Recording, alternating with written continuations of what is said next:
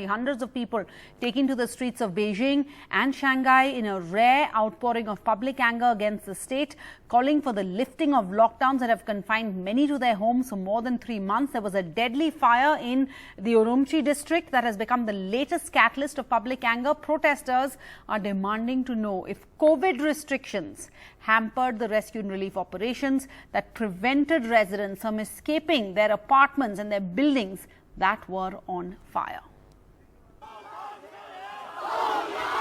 Protests against China's restrictive COVID-19 measures spread to several cities on Saturday night. Protesters displayed public defiance, fanned by anger over a deadly fire in the western Xinjiang region. Videos posted on social media appear to show protesters in Shanghai chanting anti-Communist Party and anti-President Xi slogans at the Middle Urumqi Road. They held up signs reading Urumqi, November 24th. Those who died rest in peace, while paying tribute to the victims. A relative of one of the victims of the fire claimed that the building is in close proximity to fire stations and hospitals. Yet it took the authorities a couple of hours to reach the scene as the building was under lockdown due to COVID measures. Bu öllerini takıp, binanın üstünü takıp, ot kesik harı solmay, net saatin ki gelgandın kelip, uçacağını kıyafette, ölüp boğandın kiyin. China is adhering to a zero COVID policy even while much of the world tries to coexist with the coronavirus. China's cases have hit record highs for days with nearly 40,000 new infections recorded on Saturday. And joining us now from Hong Kong is Andrew K.P. Leung, independent China strategist. Mr. Leung, thanks for your time. We've been seeing these videos on social media and they quickly disappear, as is the case with, social media videos in China, where you have protesters chanting, lift the lockdown for all of China. At some point, you even hear some protesters saying, down with the Chinese Communist Party, down with Xi Jinping, free Urumqi. These are rare public protests against the Chinese leadership. What does this mean for the iron hand of President Xi as he enters his precedent-defying third term in power? Let's put things in perspective. So far, China has been relatively successful by comparison with other countries, considering China's very large population. For example, even now, China is registering something like 40,000 affected cases. But then if you look at Japan, with 60,000 cases, with almost 1/11 or 1/12 of China's population. So if you apply Japan's case, China should be registering at least 12 times more cases by now. But of course, China and medical facilities are not as advanced as Japan.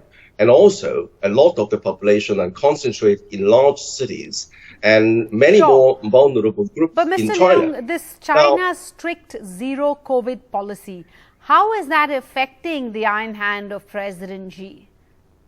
Because clearly we're seeing increasing protests, people are losing patience, the rest of the world is learning to live with COVID. China has chosen a different path. How does that affect the leadership? How does that affect what has been seen as an iron hand for President Xi? For the first time, we hear protests, unheard of, rare to hear protests that even say down with President Xi. Well, I mean, as recently as January this year, according to the world-renowned research institution, the Edelman Trust Barometer, ELEDMAN, based in New York. China's government has been held in high regard by its people, the top of the world. In January 2022, one of the reasons is the public seem to be very satisfied with the way China has been containing the pandemics, especially suppressing the deaths. But now, people's patience is beginning to wear thin, it seems. But of course, it is not the number of the protesters is not very large. But I think it should raise some alarm bells. And is it, sir, Mr. Leung, is it raising alarm bells? Is the government concerned about this rising public anger? I think I read somewhere that they were loosening some of the restrictions in some places. I think there was a news conference held on Friday night to explain how firefighters actually responded to the blaze. So it seems they are aware of this anger on the ground. Well, I think that the facts speak for themselves, as you can see from these reported images. Even though the numbers are not very large, but it's spreading to many other cities. And then, of course, the spectre, what happened many years before with the student protests on Tiananmen Square, and even more recently, the kind of protests in Hong Kong. Of course, it should be raising alarm bells. But the so-called zero COVID policy has been much misunderstood in the West. It's not as if the Beijing insists on achieving zero cases, but it consists of three separate dimensions. The first one is a very early detection. The second is early isolation and early treatment and early prevention. But that's why China has been relatively successful. But after 3 years, as I said, some people's patience is beginning to wear thin. All right. Thank you so much.